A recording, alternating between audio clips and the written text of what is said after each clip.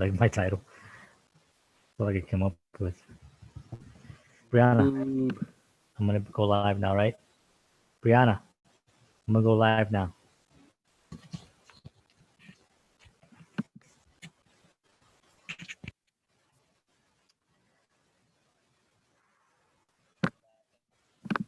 Oh, I like how it starts a little bit right before before my voice just comes out talking. I'm like, wait a minute, you guys tricked me.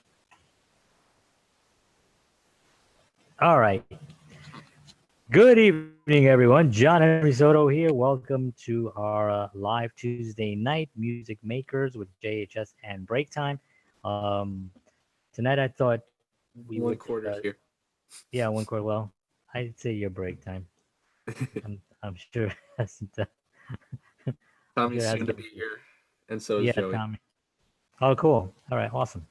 So, I thought that it'd be fun since you guys are a band and I have been in bands that we talk about the. I have a feeling that when this thing is over, that there are going to be a lot of things. We talked a little bit about this briefly before, where I think a lot of people are going to be realizing how quickly things can end, how precious life is, and how we just haven't been taking the risks and the challenges that we've been wanting to take, and always in the back of your minds and stuff. And I think a lot of people are going to come out and want to make bands. I think not just not just young people, but I think a lot of older people are going to be interested in bands, and they're going to be, I think this is a topic that it's probably going to expand to a lot of different things and stuff.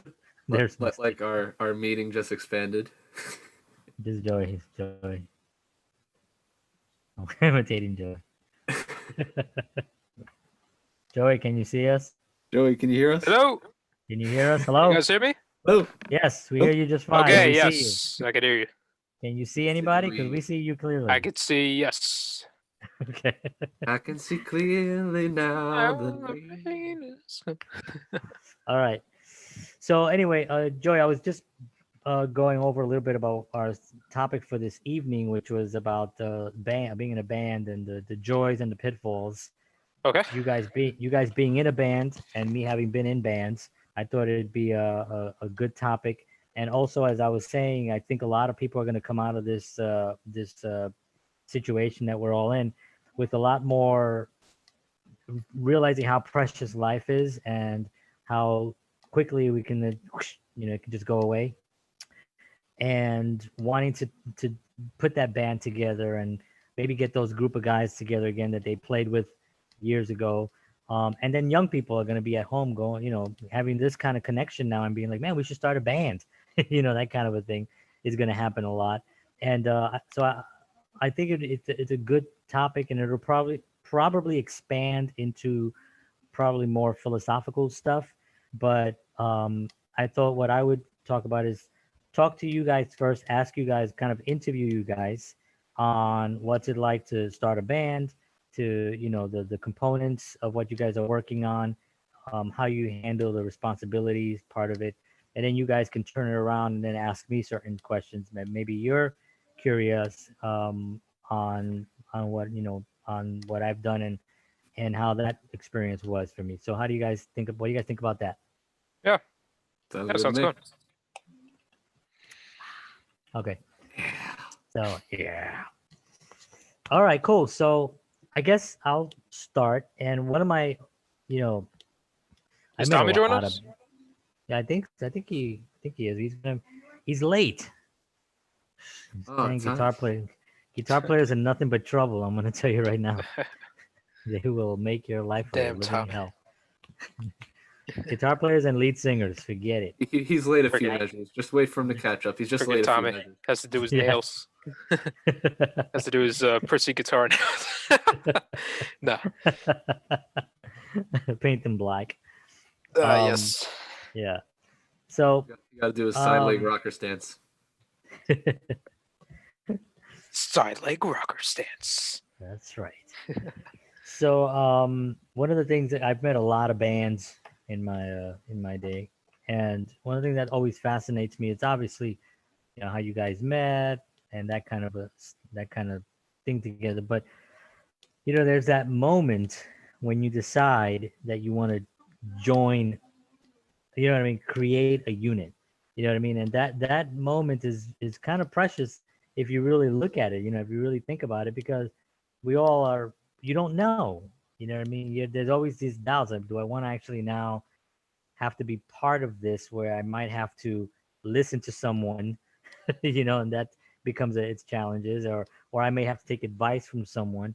So when you guys decided, and I'll start with Joey, when you were asked, or what will tell me a little bit about your connection with the guys, and what was your when they asked you, or was it already you already knew you wanted to be in there in the band? What was that like for you? Well, I think the first interaction that I've had was with Sean back in my high school, and he asked me to do a. It was for this. What was it? It was for a Legends concert that we did, basically paying tribute to all the classic artists of the past century. And Sean asked me to do the Abbey Road medley with him and a few of his friends.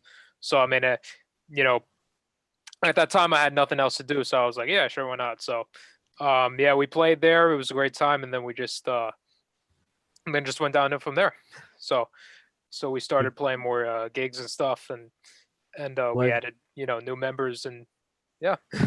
Now, was there a moment where you were asked to be in a band? Like, did Sean come to you and say, "Hey, I got this idea, or I have this band, or I have this. Would you want to be part of it?" Did that moment happen, or was I it actually don't remember if like I just remember like like I know Sean will remember yeah, it because was he a while. It was a so, while ago. I think That was like 2016. Like yeah. the, Because the fall of 2016 is when I I 2016. know, asked like he always Joey invited me to gigs and stuff. to Okay, jam with me. Yeah. And I was always down. yeah. Um, but I don't remember anything specific. I think he might have told me, but yeah, I'm trying to like rack my brain, but All right, no yeah. worries. I'm sure Sean will enlighten us because I get a feeling that Sean kind of remembers a lot of things. Oh Yeah, I yeah, have the yeah. memory of an elephant. Yeah, that's kind of like what I envision. I'm kind of like that myself. Yeah.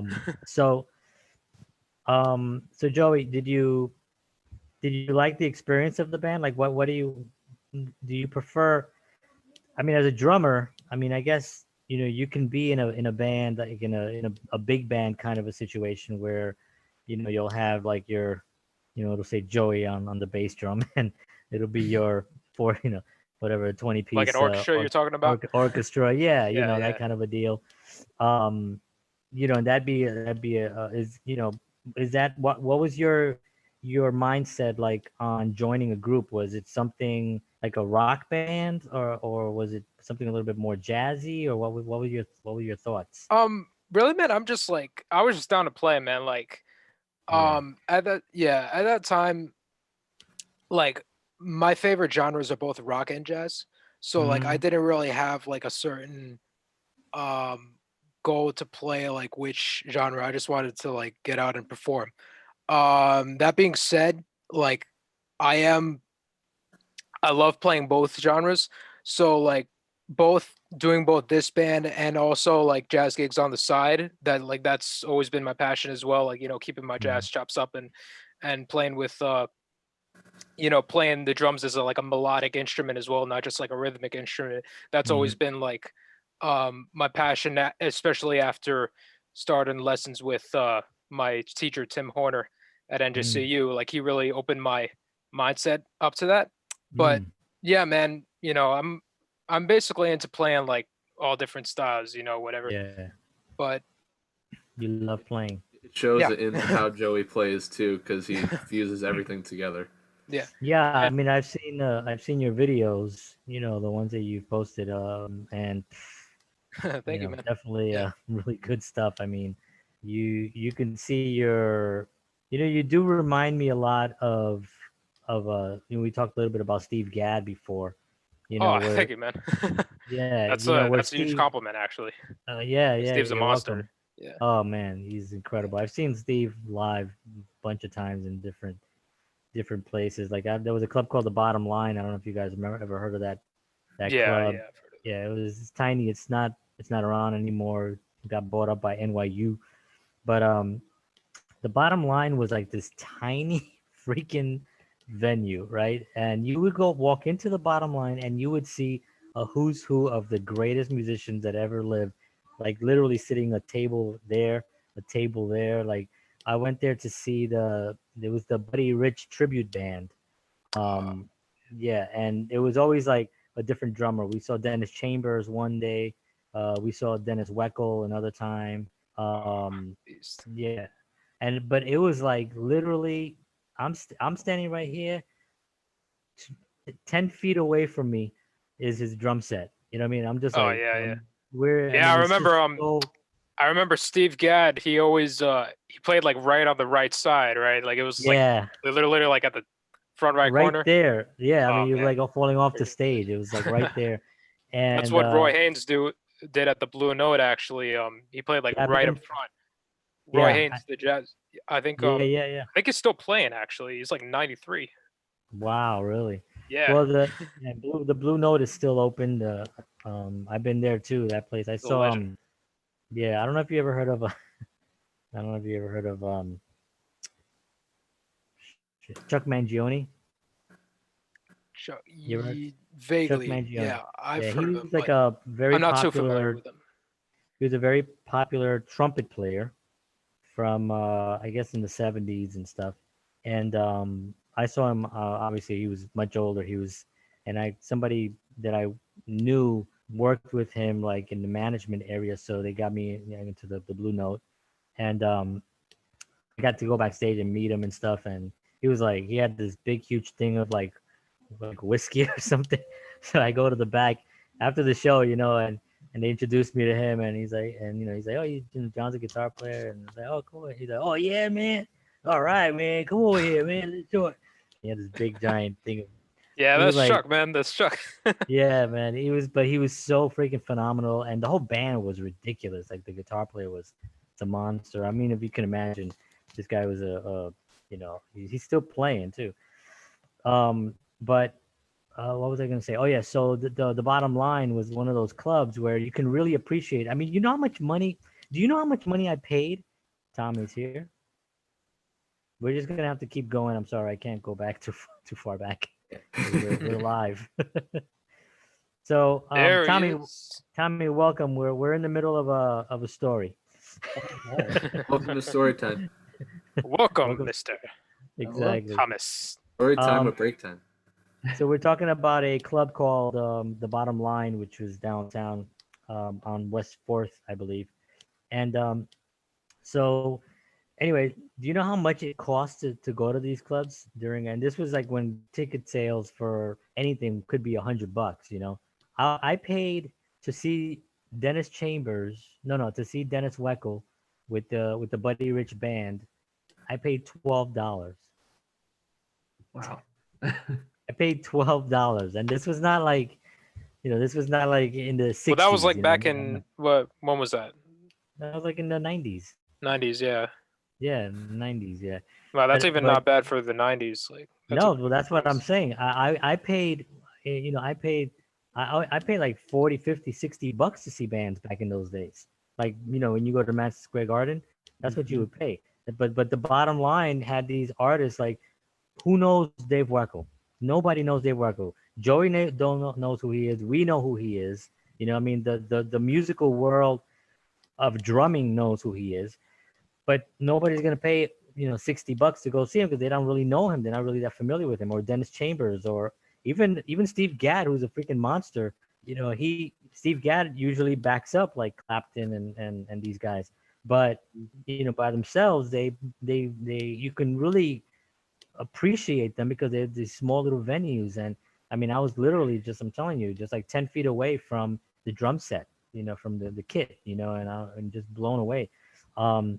But what I was gonna say was that I've seen Steve Gadd play, and because I've seen your videos, Joey, and one of the things that impresses me is the fact that you can go to such a drastic extreme of one band, and then go and play some like really fusion jazz thing, and then go, you know what I mean? And that to me is that's a complete player. You know what I mean? That's Yeah, thank you, somebody man. that's somebody you're welcome. That's somebody like Steve Gadd.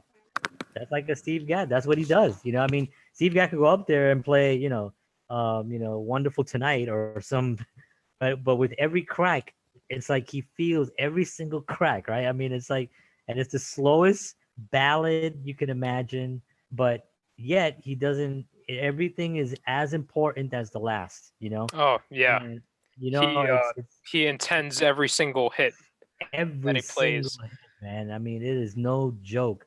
And I've seen him, like I said, I've seen him play so much, and you're there, and you're just looking at him, and I'm like, this freaking guy is always right there, Yeah, he's a real professional, man. Yeah, he completely is, completely is. Somebody just shared, there everybody's quarantined, but I don't know if you saw that clip of him.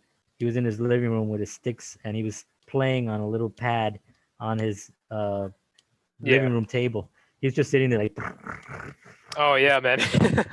No, he got the chops too, man. Like Yeah, that's what I've always loved about him too. Is like yeah, he's always been a pocket player, but he never shows off until like the time comes for right. him to definitely To do it. Yeah, go all out. that's exactly right. And when And he goes all out, that's I didn't even know that about him really until the Buddy Rich tribute stuff. When that came out. Like I thought he was a player. I thought he was a great player. He just kept everything locked in. But then when I saw him there, I was like, holy cow, this guy is a freaking monster. Just yeah, amazing. So, but he's a guy who like never really was in a band. Like he was backing up these artists. And we're talking today about Tommy. We're talking about being in a band and stuff. And I'm gonna go to you next. So get ready. Um, Be ready, so Tommy. get ready. So one of the things that we were saying was that being in a band, what's one of the but going back to Steve, Steve wasn't known for being in a band. Maybe younger and stuff that I don't know about, or maybe there's a lot of information that I don't know. Maybe more than I do, Joey. But he's known as that guy, the John Robinson kind of guy, right? Where just he's like in all the records. He's the he's guy like the you hired call. gun for everything. He's the Yeah, guy you call. Yeah. yeah. And there's a documentary called The Wrecking Crew. You guys ever saw that documentary?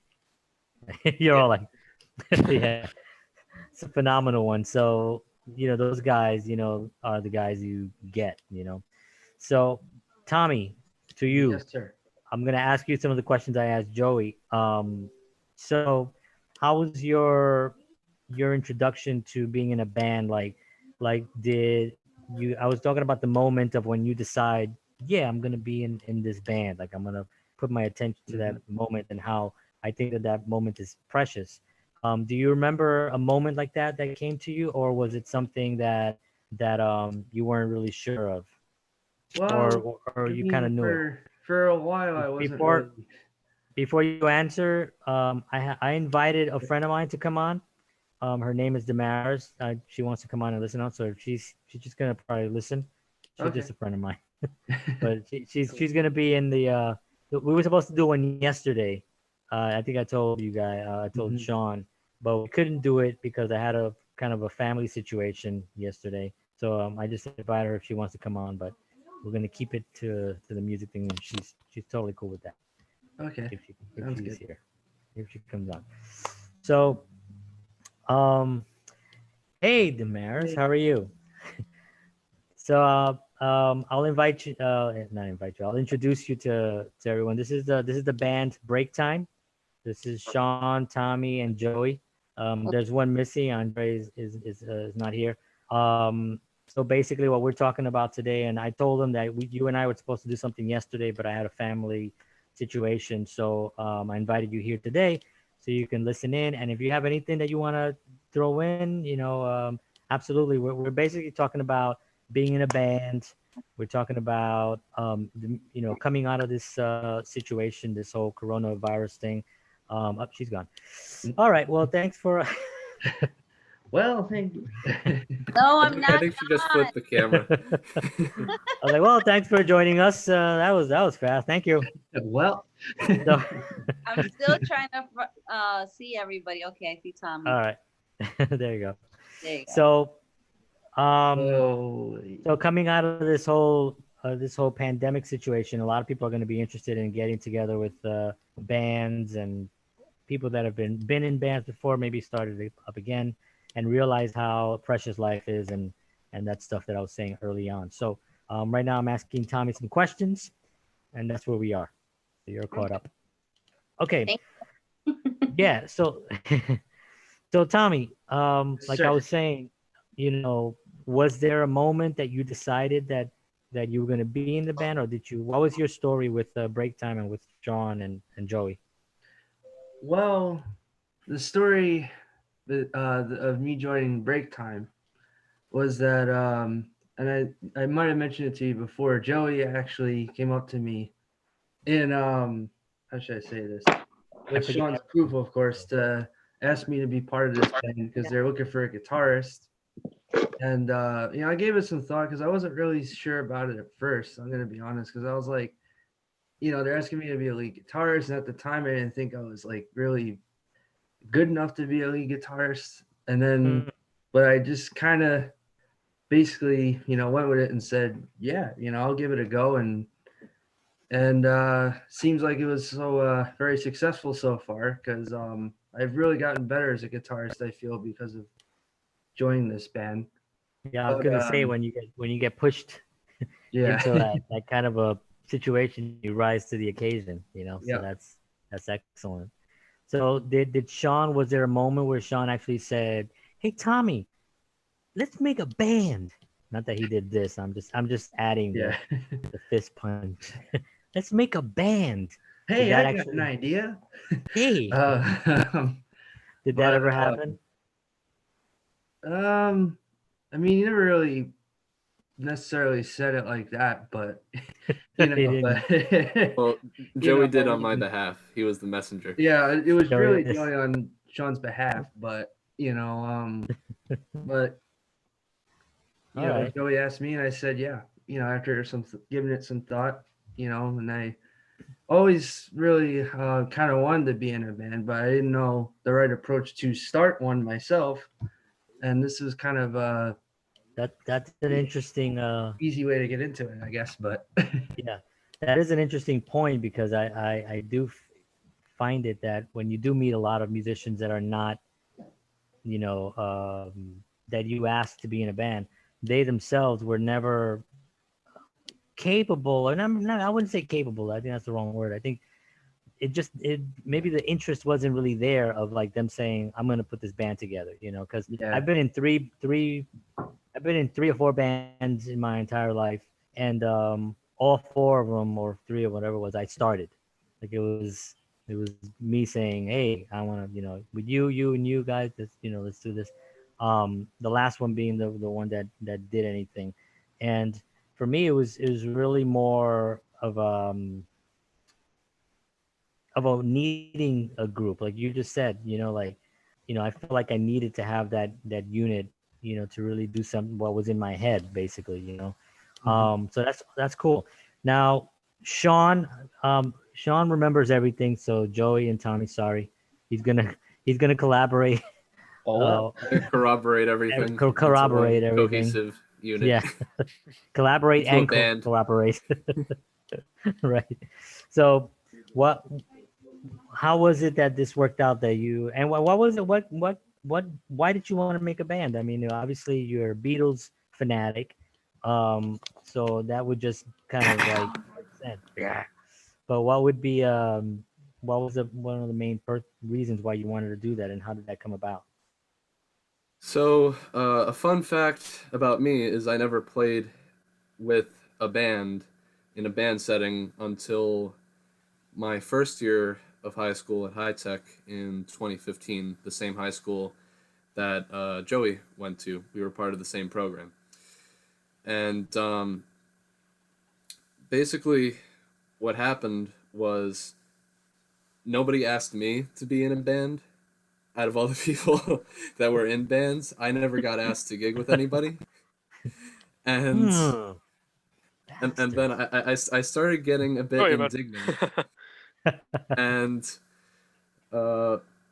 I suggested a song to perform in one of our shows. We called them coffee houses. They were very informal, and the theme was we were paying tribute to legends of the past century.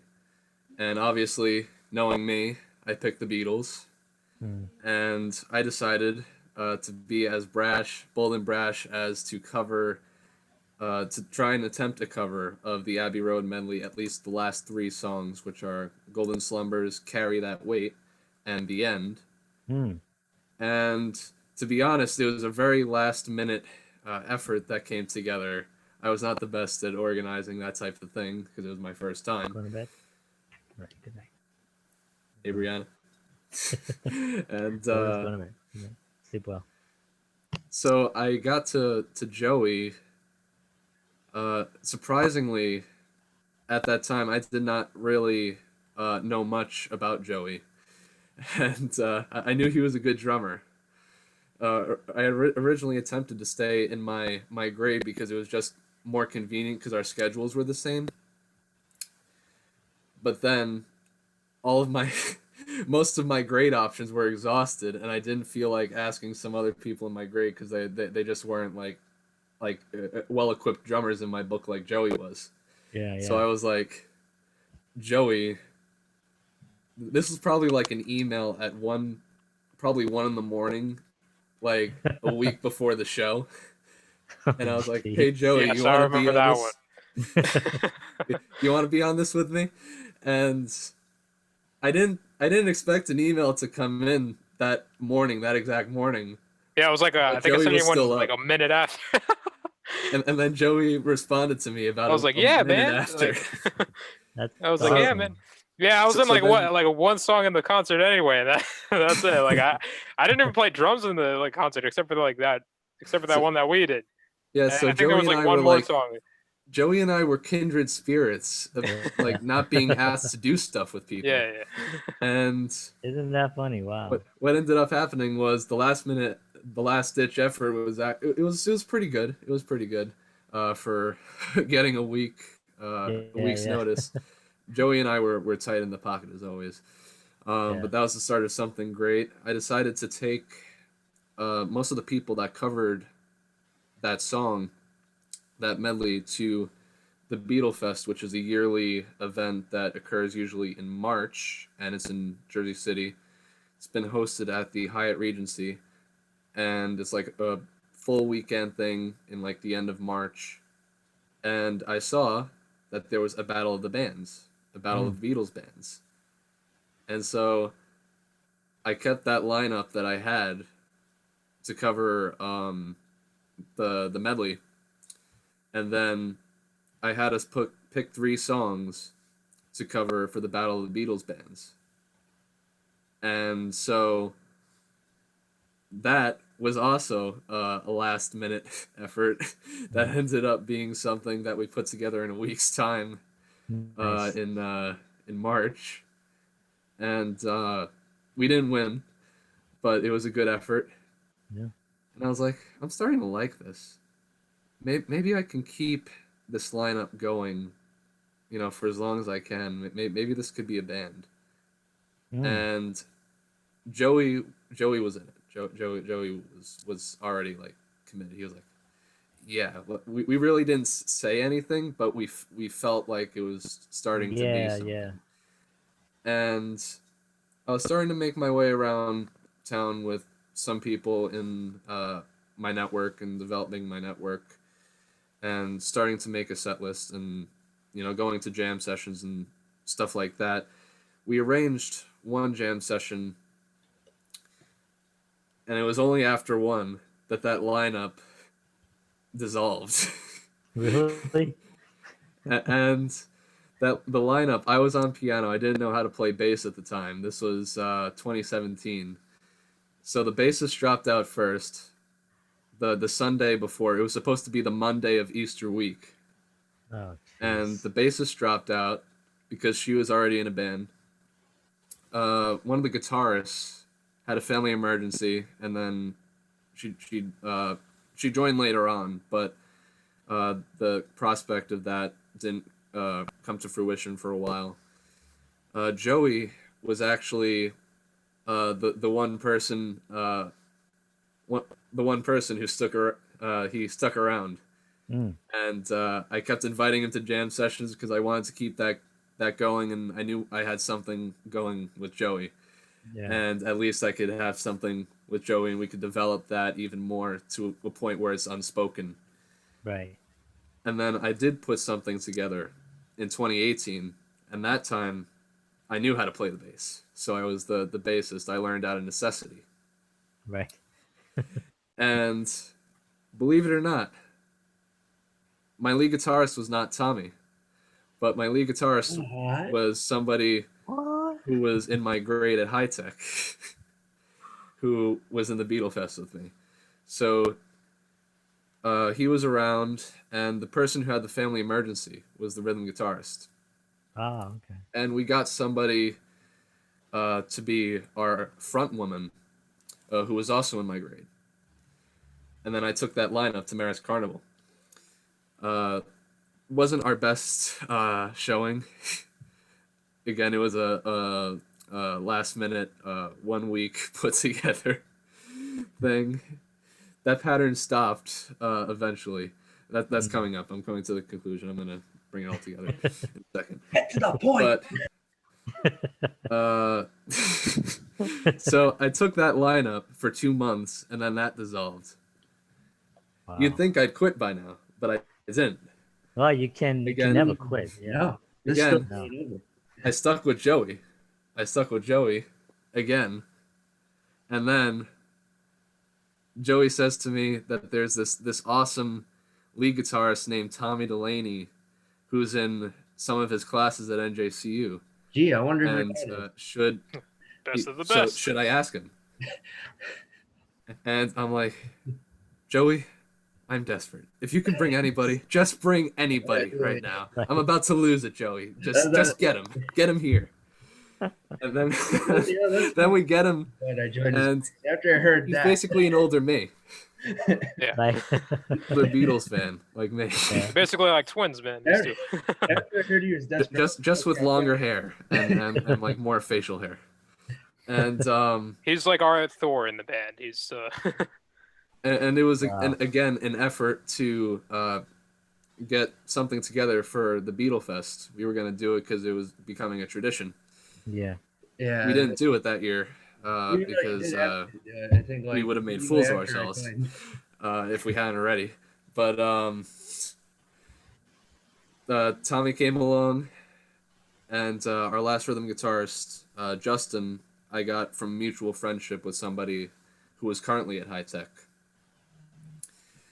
And that's the lineup that got So- through a full year, which I thought was a great Yeah. accomplishment. So Is that where for a when year. I met you guys? Was that the lineup? And then Yeah. Maris Carnival, yeah, Yeah. Ah. the legendary That was moment where last John year. Henry Soto meets Break Time. Yeah, you guys And were great. Sean, who is like the love child of John and Paul. Right. and Elton, So- man. And the And one now, of George Harrison. Yeah. and now, as of February, we have a new rhythm guitarist who is Andres Ramirez, who was a longtime friend of Tommy's. Cool. Never was it really said in our journey, let's make a band out of this. It kind of just happened. It just Yeah. happened, and everybody just rolled with it. Yeah. Yeah. And then we got good. So Yeah. Exactly. That's awesome. That's great. And that brings Yeah. and It does that's my show- TED talk. Thank you for listening. please subscribe if you like this. I'm Please gonna tell hit you that the history of the world. I'm Sean next. Manuel, and I approve this message. hit that like button, please. Please. That was about 5 years, and I don't know, what was that? 10 minutes. Yeah, but Probably. it does show you the we talk about the joys and then the pitfalls and stuff. The pitfalls are really the first time that collapses, if you let that get to you and don't do that second one around, you know what I mean? It's just, and then if you don't have people like Joey that you call up and he's like, a week from now, yeah, let's do it. You know what I mean? A guy, just let's just jump off the. I have to get my charger. My phone's about to. Okay, sorry, that was from Maris. So Let's just do something stupid together. yeah, and I think that Let's just it's do it. you have to have that though. You know what I mean? Like you have to have the ability to take those risks and to say whatever, we don't care, let's just do it. You know what I mean? And to find people that are willing to do that, that right there is really where the blessing is. To do, especially when you have somebody, hey, there's a guy who I know, and that's really the way it works out. I mean, that's kind of like what happened with us with the final group that I had. It was just that kind of a connection thing. Record. Thank God for Joey. Thank That's God right. for Joey sticking around. Joey was my one saving grace. Yeah, Joey. Send all your So- prayers and tips over to hungrygerman1@gmail.com. Thank you very much. There you go. Exactly. So yeah, that's awesome. That's awesome. So you guys now, you guys are young, so you're in that stage of like that joyous stage where it's really just about creating and planning the future and that whole take over the world mentality and viewpoint, which is awesome.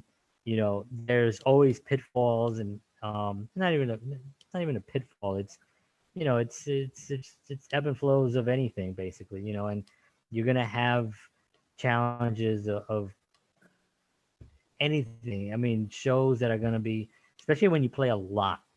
Like if you play a lot, there are gonna be times when things are gonna happen on stage, and it's gonna We've had some piss you off. clunkers, that's for Yeah, sure. yeah, and those clunkers are. If you don't have a clunker, it's weird. I was just watching an interview with damn it, what's the guitarist for Dream Theater? Anybody remember? Ooh, I don't know. I actually no, I don't know. Anyway, Dream Theater is sort of like a progressive band, progressive rock, kind of like Rush kind of a deal. Anyway, there was an interview with him. He was on, Andertons. You ever watch those the British guys? They Yeah, with always the do. John does. Yeah, the John captain. Petrucci. You're talking about the lead guitarist of John Dream Petrucci. Theater? John Petrucci. John Petrucci, yeah. Yeah, that's yeah, it. yeah. Crap. Okay. And Mike Mangini is the new drummer. Oh, I feel like Right. I never heard that name. So John was being interviewed and stuff, and he was talking about like his band, and getting together and how he went to Berkeley, and he met a couple of guys at Berkeley, and they just started playing, and within a year they were like, let's get the hell out of here, and they just all quit school. They all quit Berkeley and just became Dream Theater, but they never played. They didn't play clubs much. They played like maybe 2 or 3. He said like 2 or 3 shows during that whole first album that came out. They just weren't playing. They just didn't really take that route. They just didn't want to play the small clubs. And then the second album came out, and then they started playing a little bit more. But it was kind of like they got signed very quickly. And back in those days, you had to get a record deal, right, to get anything. And they got signed, and then they started playing a lot. So they didn't have a lot of stage experience.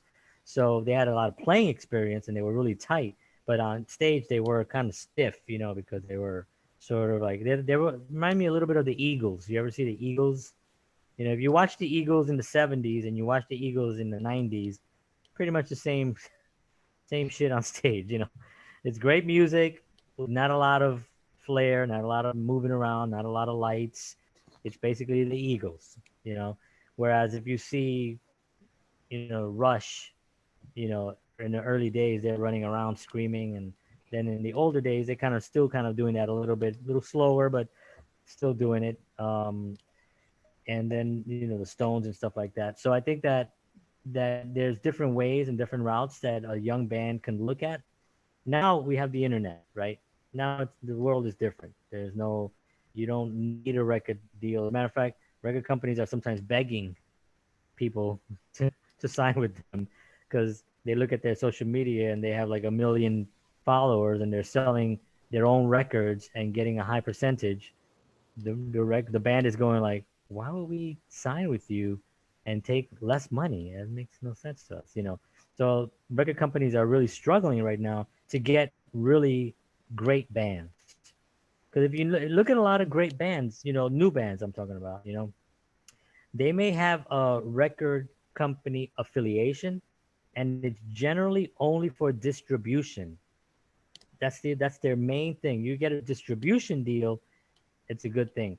But they don't necessarily want the record company to help them too much.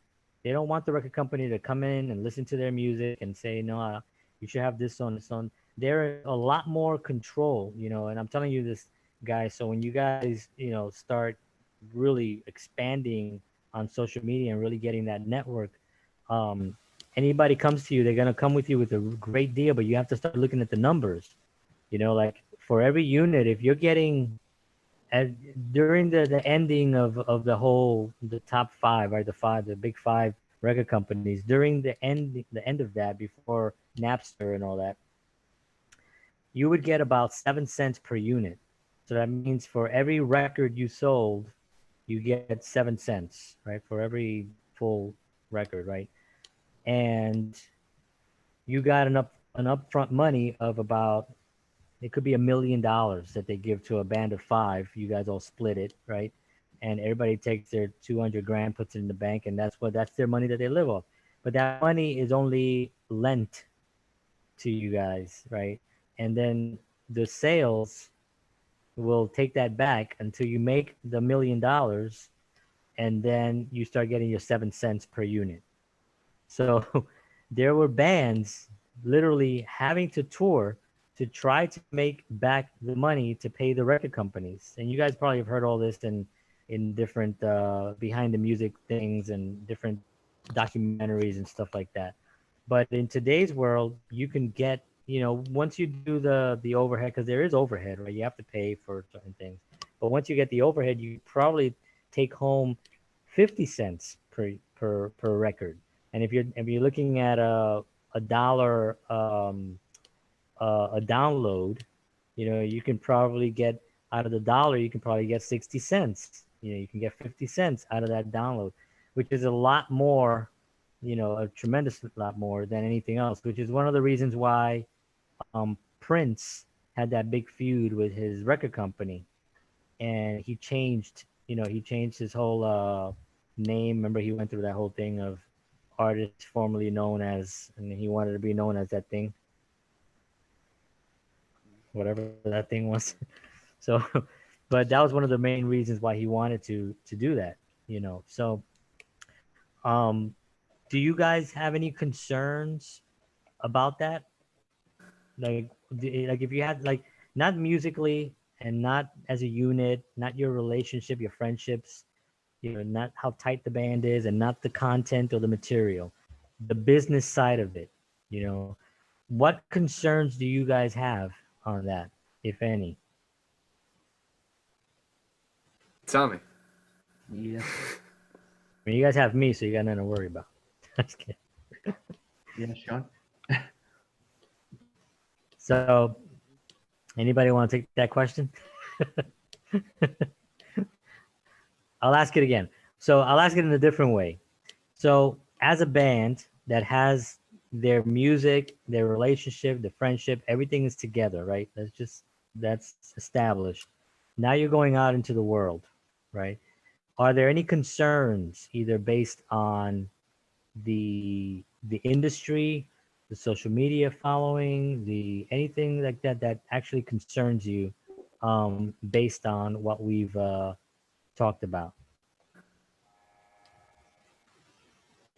Going once. Well, I guess I'll take a swing.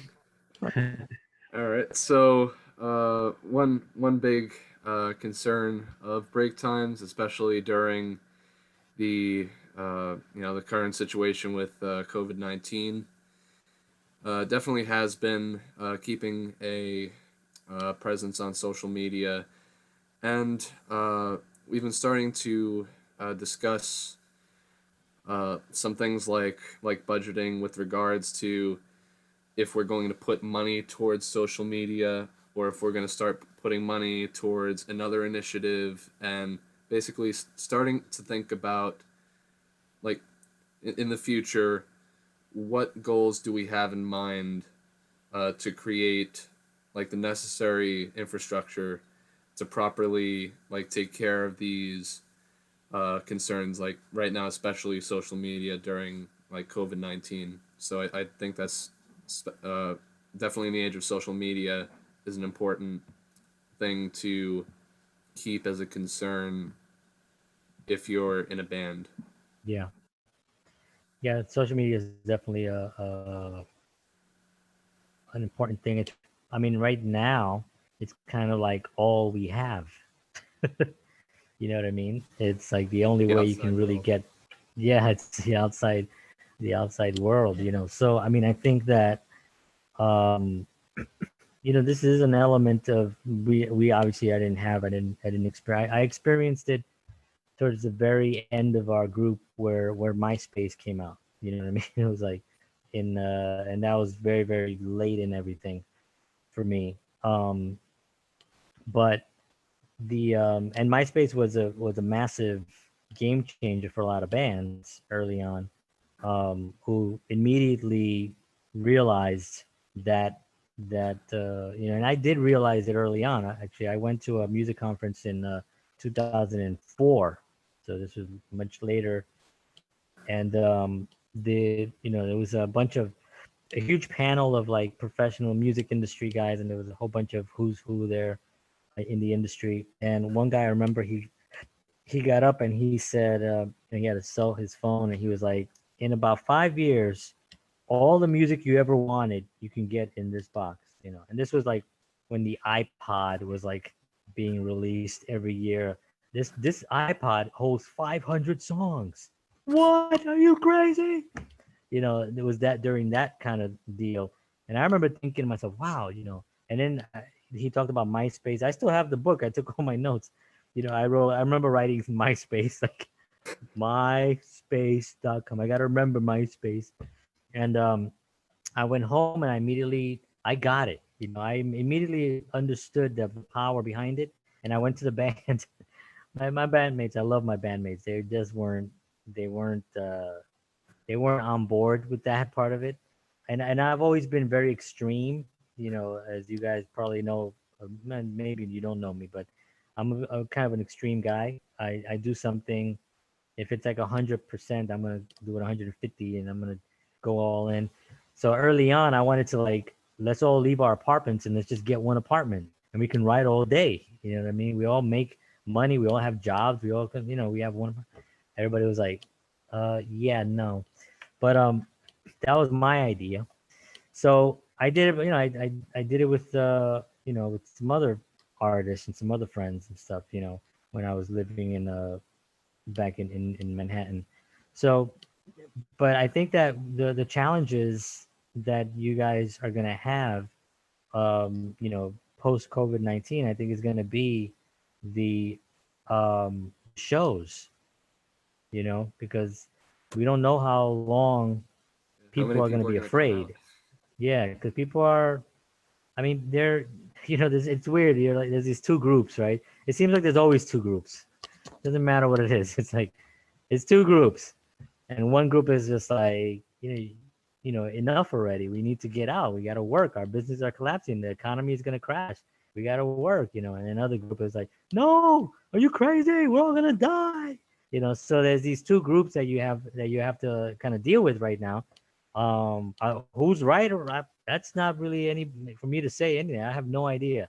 But the only way a band gets acknowledged, although not really, there's other ways, but playing live, even though it may not bring the most money, it is the most joy.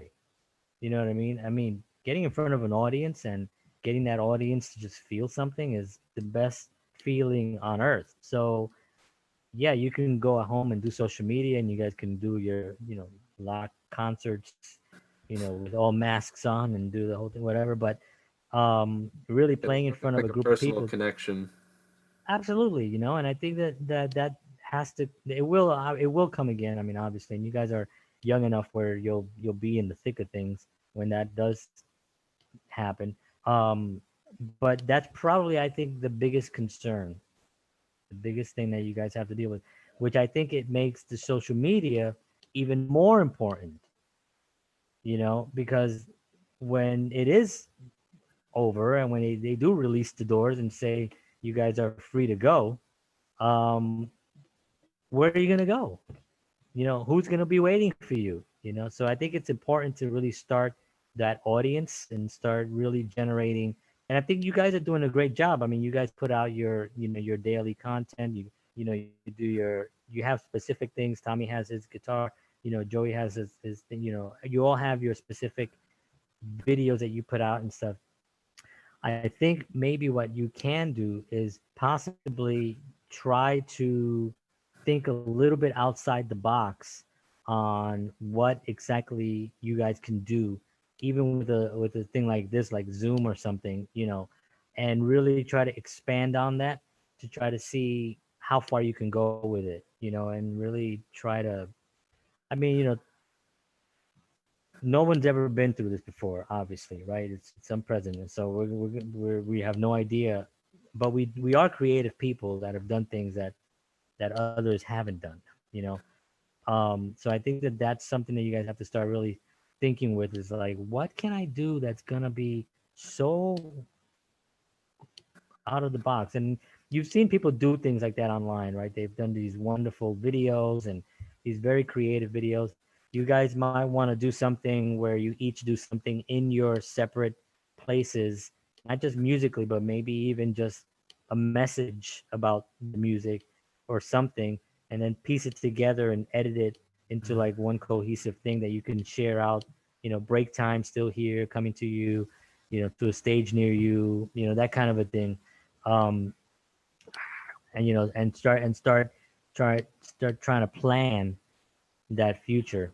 So you're not left, because I think a lot of bands, a lot of musicians are probably just waiting, and musicians, we don't, a lot of musicians don't think the way you guys think at your age. You know what I mean? A lot of young bands, they're not out on on Tuesday doing a Zoom. I mean, obviously everybody is quarantined, but at the same time, it's not a, you don't have to do this.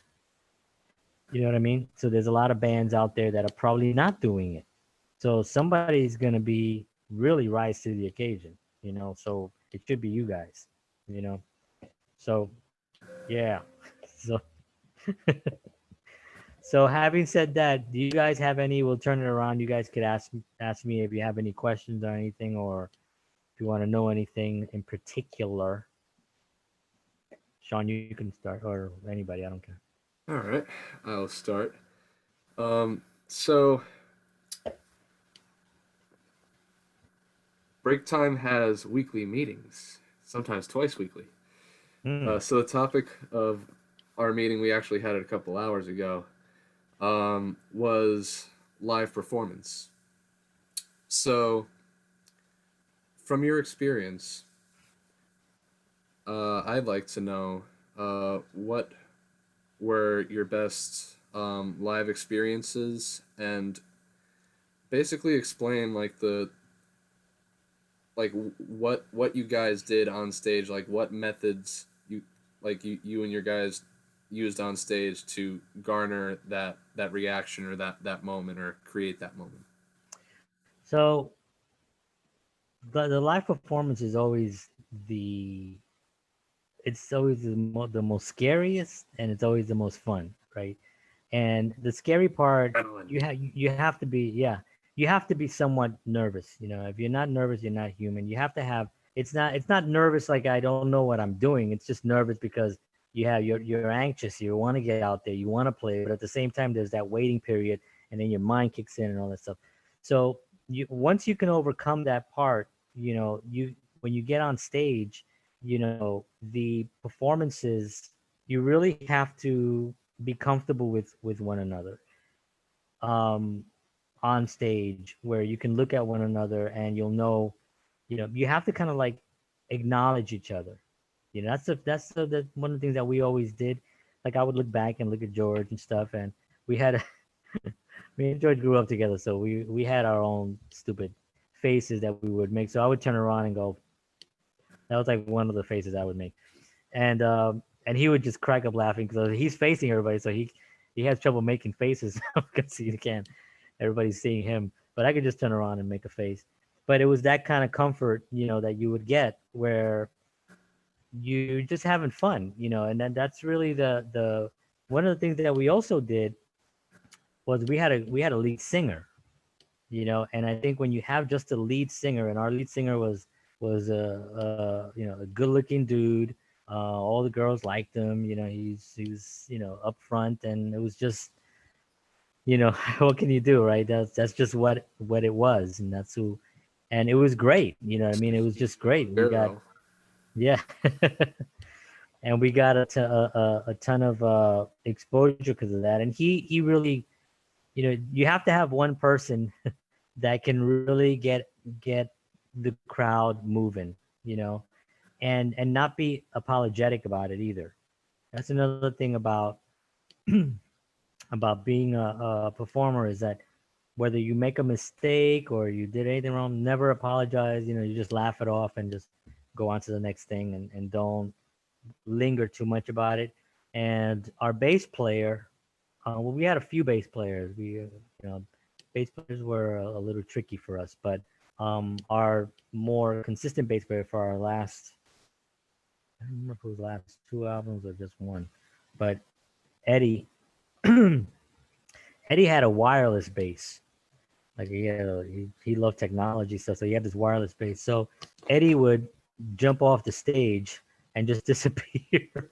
Like I don't know, I just wouldn't know where he is, but he's playing because I hear him. Like So Tommy he's playing Delaney. somewhere. Yeah. And then one day he jumped on the bar, like the stage came like by like this, and then the bar was almost to the stage. It was long, and then there was a couple of stools that were between the stage and the bar. So he jumped on the stool and then jumped on top of the bar and then played the bass in the middle of the song. He's playing the bass while he's walking up and down a bar, and the bartender was like pissed. He was like, he was like, he was like, he was like looking around like, but the audience loved it, so we were like, eh. Um, but anyway, he did that, so he was great, So it's really being so comfortable with the music and the songs that you can do things like that. Me normally, I played, I did a lot of solos, so when you soloing, you immediately get the attention of the whole place because that's a very loud, piercing thing, and it's very melodic, and people like that stuff. So I immediately would get that attention, and I made sure that you know, you also, I did this, and I'll tell you guys this now, now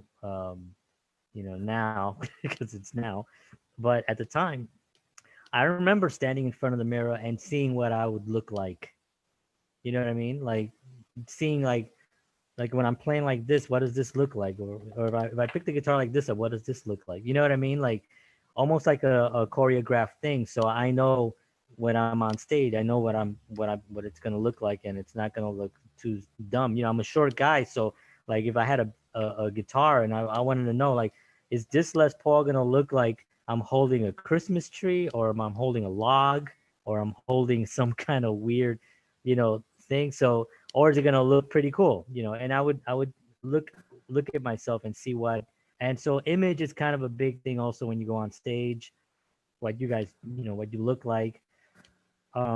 Audience, looking at the audience, we always looked at the audience, and people, if we knew somebody, we were like, hey, acknowledging the audience was fun. But the best shows we've ever had was just that, You know, we knew we had a couple of great shows towards the end where we had, you know, a lot of people, hundreds of people, and for us that was a lot. And it's just it was just they were there to see us, you know what I mean? And that's like a great feeling.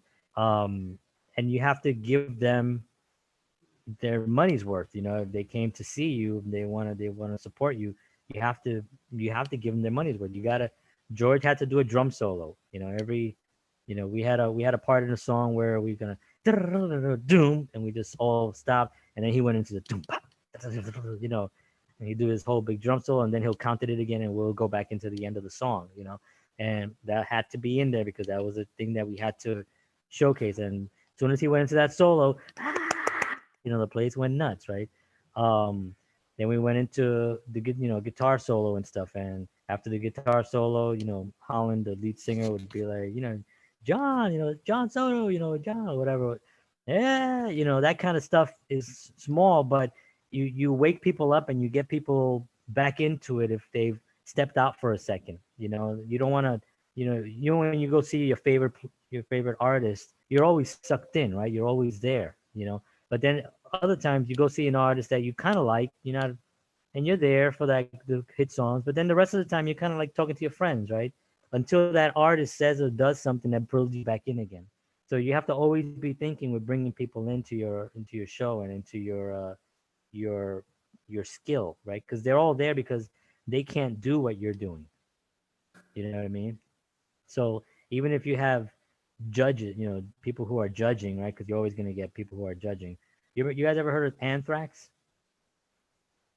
So we got to we got to know a few of those guys, and they would be playing, and the guys at the front, there would be guys in the front just waiting for them to miss a note to give them a hard time, like literally, just guys, just jerks, and they didn't care, it was just like, but they would talk about it and be like, these guys up there just waiting for me to like make a mistake, and their songs were pretty, I mean, they were just a lot of heavy thrashy riffs, but if you miss a thrashy riff, you're screwed. You know what I mean? It's not like you can't fake that. You know what I mean? You have to be really more on point. So you have to be aware of that audience and know that they're there to see you because they can't do that.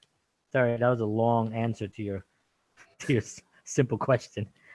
That's how I roll, baby. Ow. What else, So Tommy? You got any questions?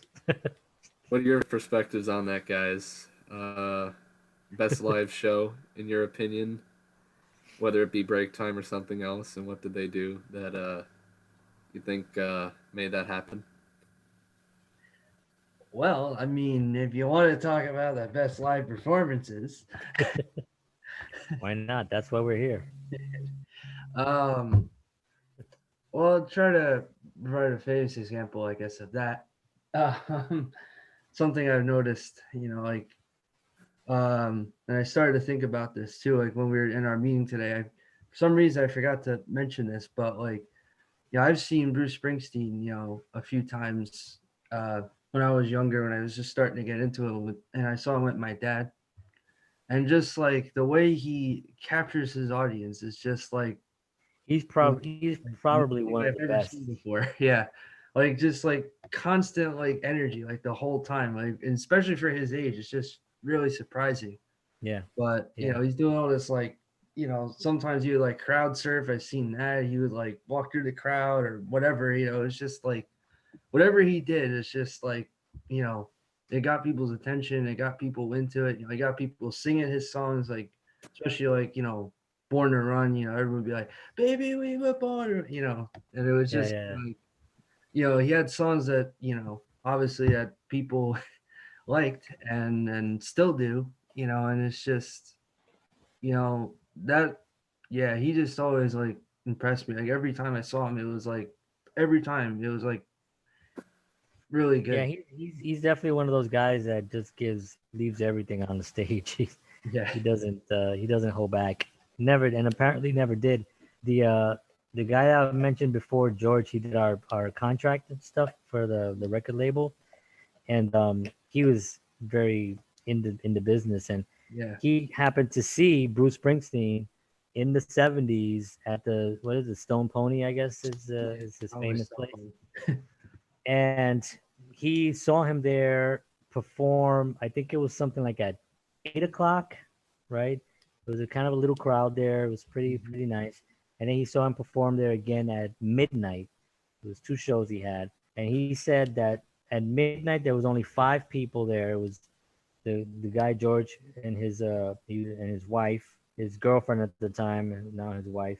And they were sitting there, and there was maybe a couple people at the bar. There was literally about 5 people in the place, and he said that Bruce gave the same energy performance at 8 o'clock with a kind of a good crowd than he did at midnight that he does today. Like he just never wavered. It didn't matter who was on stage; he was just gonna always give it. So I think that's also another thing. That's there's natural charisma, but then there's also really good communication and understanding with your audience. Like wanting them to have a good time, and that really wanting that's a powerful thing, and people feel that. Yeah, when he So walks on stage, he commands it, and nobody's like taking it away from him. yeah, it's like Elvis. You know what I mean? Yeah. Like, I mean, when Oh, Elvis Freddie walked on Mercury stage, too, man. Freddie too, man. Oh, Oh man, man, he freaking like that commanded dude the just entire stadium. That guy. right. Yeah. Yeah, man. I mean, just unbelievable. I mean, Freddie is one of those guys that. I mean, he's obviously one of the best that ever did it. But even because when Queen came out, they were big, and then they kind of went down in towards the 80s, and then that mid 80s, that Farm Aid or Live Aid, or was it Live Aid or Live Farm Aid. Aid? No, it was Live Aid. Yeah.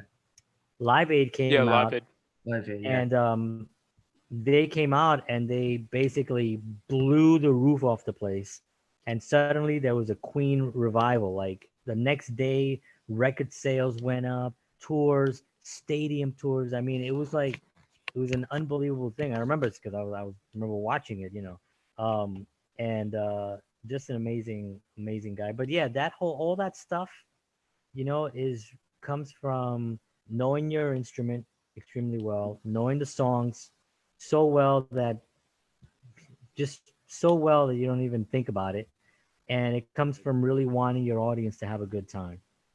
Those if you have those three things, man, Yeah. you're set.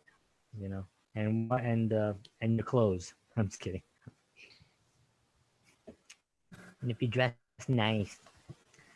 Yeah, I mean Bruce, goes out there in a t-shirt and a pair of jeans, and he ain't gonna dress to try to impress, because he's gonna, when you go out there, he's gonna blow you away.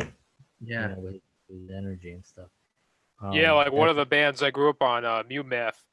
I don't know if you know them, but Mm-mm. they were like what are an they called? alternative Mute Math. They were like an alternative rock band in the early 2000s. They still perform now, but really the lead singer is the only one that's left. The bassist, the drummer, Darren King, and the guitarist all left like in the past few years because they needed to spend time with their family. But the way that they commanded the stage, especially the drummer, like just the way that he played, like Yeah. he wanted to smash through the kit, but he was tight, like Steve Gadd kind of like, Yeah.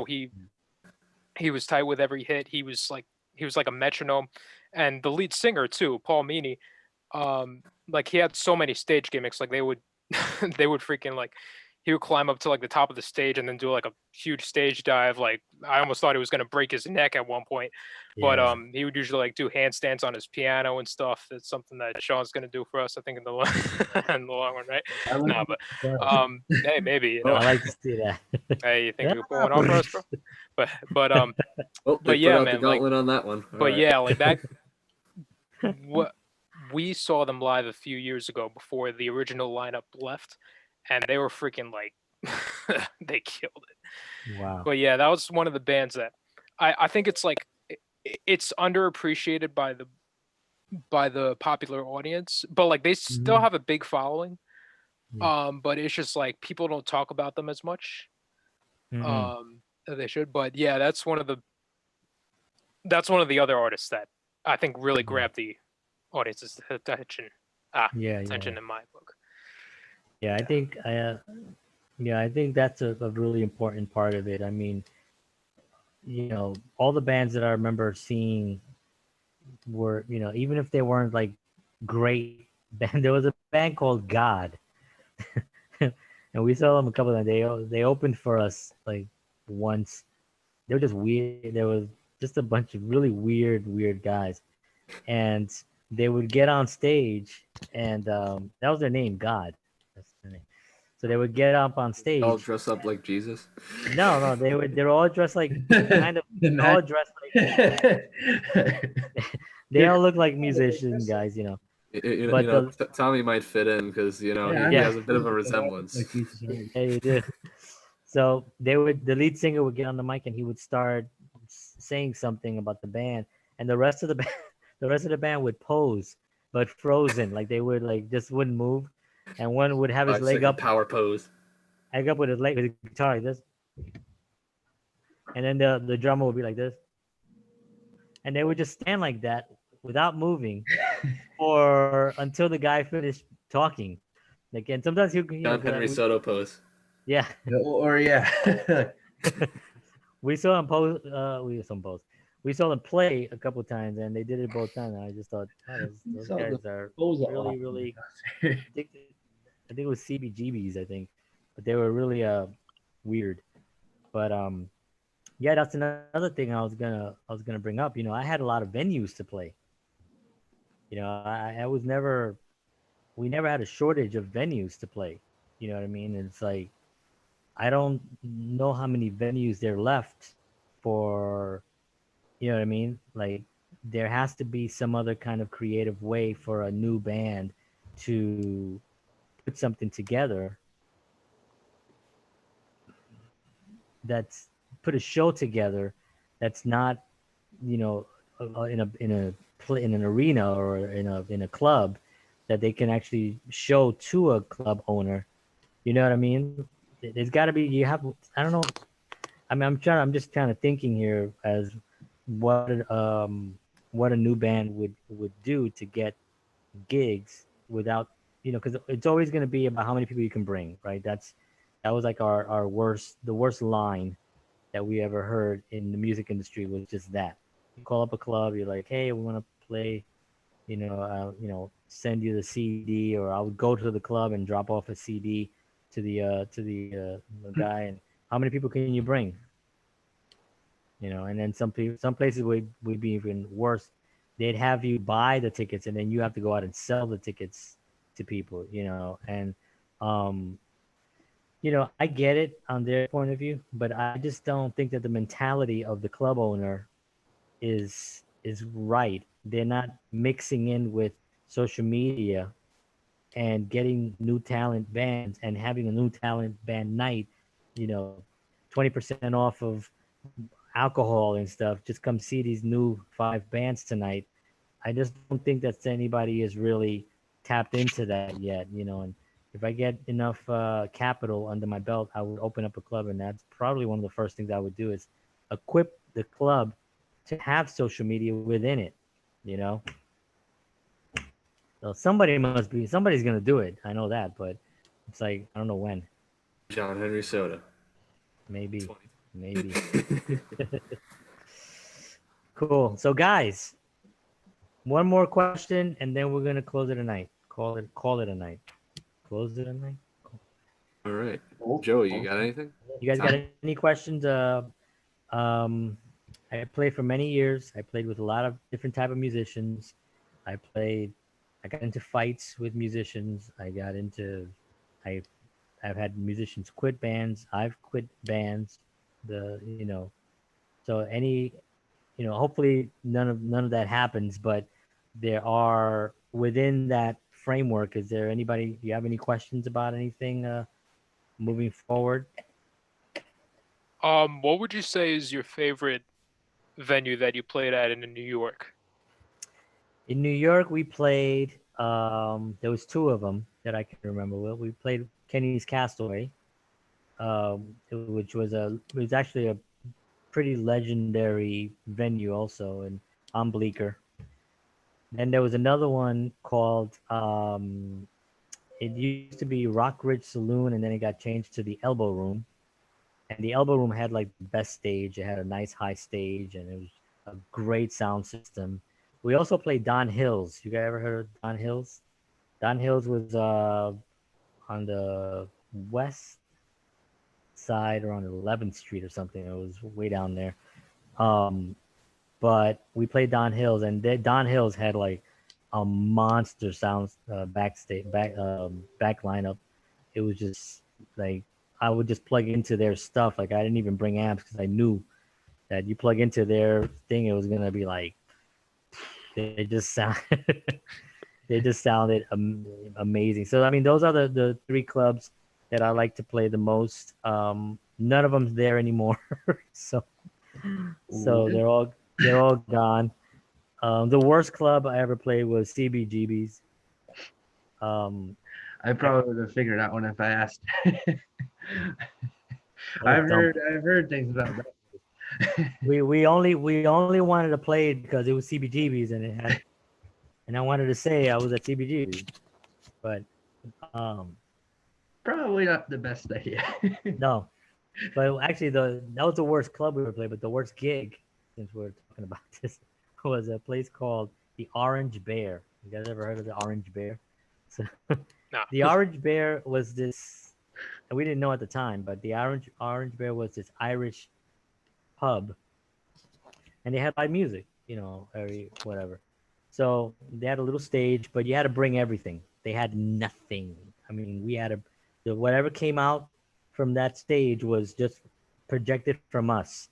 So we couldn't drown out the singer. We had to make sure our levels were right.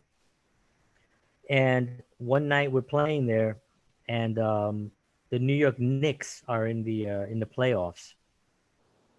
So it's one of those pubs that has a bar and TVs, whatever. So we're playing, and we're loud, and then we had a break.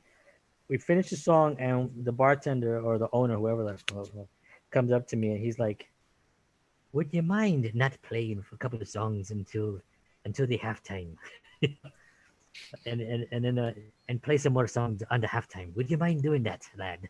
And we were like, I was like, "What?" I was like, "Yeah, that's fine, no problem."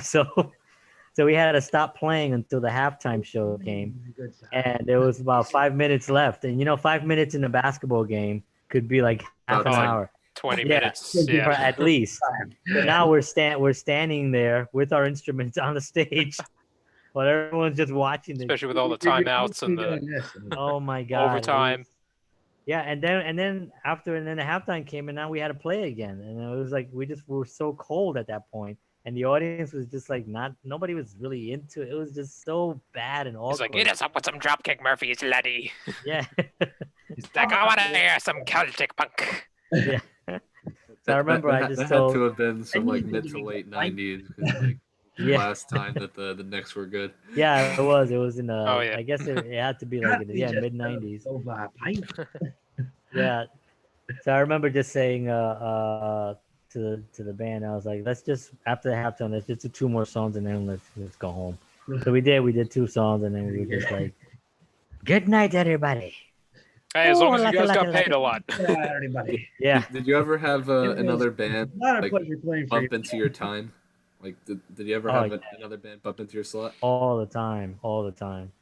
Yeah, that happens all the time. Yeah, and you know what it is? Had It's that one early. I know what you're talking about, bro. it's not only their fault, it's also the club's fault, because the club needs to tell them that they have a 45-minute slot, not an hour slot. Like they can't say we go on at 10 and you guys go on at 11, or these guys go on at 10, we go on at 11. So then they think they're gonna be able to play till 11. No, you gotta allow some time to break down, strike the stage. Right. So it's like, that was usually the club owner that screwed that up. And we had it down pretty good. I could get up on stage and hook up and get ready to play within, 5 minutes, literally. I could tell from Joey's face that he and I are having a conversation right now. Yo, I can't with about Tommy. what this is about. Yo, oh man. Yo, it's going. Guys have Yeah, their own I'm sorry. dialogue. we had that. Sorry, right? It was an overbooked barbecue. It happened in 2018. Pastor Gary, shout out to Pastor Gary. Yeah. Everybody knows he's the great pastor of He Grace is Lutheran great. Church in Bayonne. But Yeah. Pastor Gary kind of overbooked a day that was a barbecue, and I had the first iteration of Break Time play that day, and we were setting up at about like 2 o'clock, I think it was, and I was waiting for my lead guitarist to show up. He didn't show up till 4, or I think it was, or something. And just for the record, Started obviously, like it was. 5 or like 4:30. If it was me, I would have been there already with him. And then this other group, I won't name them because they're a local group, but this other group came in, and apparently it was the understanding that they were going to use my PA system, and they were going to perform with it. I've been in that situation. And so I'm mixing these guys, and that they go right in. They take out a half hour of our time, and I've got one of the people from the troupe telling me how to mix their one singer like perfectly. Oh, right here, 200 hertz. Take it down here, and then move it up here. He's cranking all the way up so we can hear him. It's a wonder we got through the day, because we had to cut like more than half of our like 3/4 of a set, I think. Wow. Yeah, and then everybody started leaving as we started playing too. So that was one of our biggest pitfalls. And they didn't even stay for our show. They just left like after they performed. They were like, yeet. Oh, the band. We couldn't get a good sound check either, Yeah. because they just went into our time. So Wow. What? Yeah, but those are some of the simpler challenges. yes, Yeah. indeed. You guys will face. It was At least a that only happened non-monetary once. challenge, that one. Right. But when it's a monetary challenge, that takes on an entirely new It dimension. does. It does. But when it is a monetary challenge, I think everyone is a little bit more understanding. It's based on the club, and that's why it's important for you guys, like when you talk to any club, that you lay out very clearly for them, or not even you lay out for them, but make sure that when they tell you their information, that you duplicate it, that they say, okay, you guys are going out at 10 o'clock. You're going to play till 11. You have to make sure you let them know, is there another band afterwards? Ask them, is there another band after we play? And if they say, yeah, they go on at 11. You're like, okay. So then you make your set end at like 10:45. Yeah, 45 Give minutes. Just to give yourself 15 Time minutes. Not even ourselves. 15. Get out of there by 5 minutes and give the other band 10 minutes to get up on stage. You know what I mean? Be the courteous band. Yeah. That's the best. We had another clunker with regards to that one. Yeah. What was that one? Well, He this doesn't one wanna was say. without Joey. This was one of the few gigs that we had without Joey. Oh, So you already know how bad this one was. Yeah, mistake number one. Which one was that? That one was Was on that the Grove one at Grace Street. Lutheran or the Was That one was on Grove Street. Oh, Yeah, that was last year, right, Sean? That was last year. Yeah, Yeah. I was there for that one. Yeah. Yeah. So what ended up happening was I can't even look at my camera. through 4 of us in the band, we all forgot to bring a kick pedal. So that was the first mistake. That was number one big mistake. I'm like, oh, kill me now. And the second one, I'm rolling over my Was- grave. we took Nah. we were starting to understand how important time was, and I couldn't illustrate that enough to the guys, but Yeah. we ended up setting up probably 5 to 10 minutes into our set time, even after God. the previous band had gotten off, Tommy, I like kicked him in giving the us about face. 15 minutes to set up. Oh man. Yeah, So that time one was a is clunker. Received. time is important, man. You gotta treasure the time. Definitely important. To any bookers that are Funny. watching, we don't do that anymore. Don't worry. I sorted that out very quickly Please with my ignore that guys. story now. We sorted that out very, very quickly. Please disregard that comment. Yeah. Uh, Tight ship But- around here in break time. Tight ship. yeah, that's actually something that they are definitely appreciate because especially moving into, I think a lot of the churches are probably gonna want music to get people back in, so that might be a even more gigs in that, at least in that realm, because you guys did Trinity, right? Yeah. You guys- Did Trinity Episcopal. yeah, Trinity. And, Shout out to then- Reverend Greg Perez. You're the that's best. right. My Yeah. God, bro. Pastor Gary, also the best. That's a good. There's two Yeah. best. I miss Pastor Gary, man. I haven't been to church in like how long? Whatever this thing. I was going to the church to do videos, and to videotape the sermon, and then I came home and I'll do the video and I put it on their YouTube channel, but then things just got way too complicated. And then Pastor Gary just sent me a message. He was like, "Don't come anymore. We're gonna be doing something different," and I was like, So, but that was all right. We'll be back soon, hopefully. Yeah. All right, guys. Cool, man. I want to thank you guys for everything. We're gonna be hanging on tight. I'm just gonna log off of YouTube. Thank you, everybody on YouTube, for tuning. Follow us at Break Time Live NJ Oh, on arigatou all Yeah, gozaimasu. platforms. yeah. I All was gonna platforms. actually. At Break Time Live NJ. Yeah, I was gonna say. So thank you, everybody. YouTube break time. Where can you be found? The @ symbol, Break Time Live NJ. One word, all together. Hashtag. No It's underscores. 10:43 p.m. No Do you know exclamation where your marks. band is? No umlauts. None of that fancy stuff. Just No at umlauts. Break Time Live That's NJ Not NY. across everything. Everything. Across everything. Perfect. Yeah. Awesome. All right, guys. Thank you so much. Don't hang up though. Give me 1 second. We're just gonna get off Yeah. YouTube. All right, YouTube land. Thank you so much.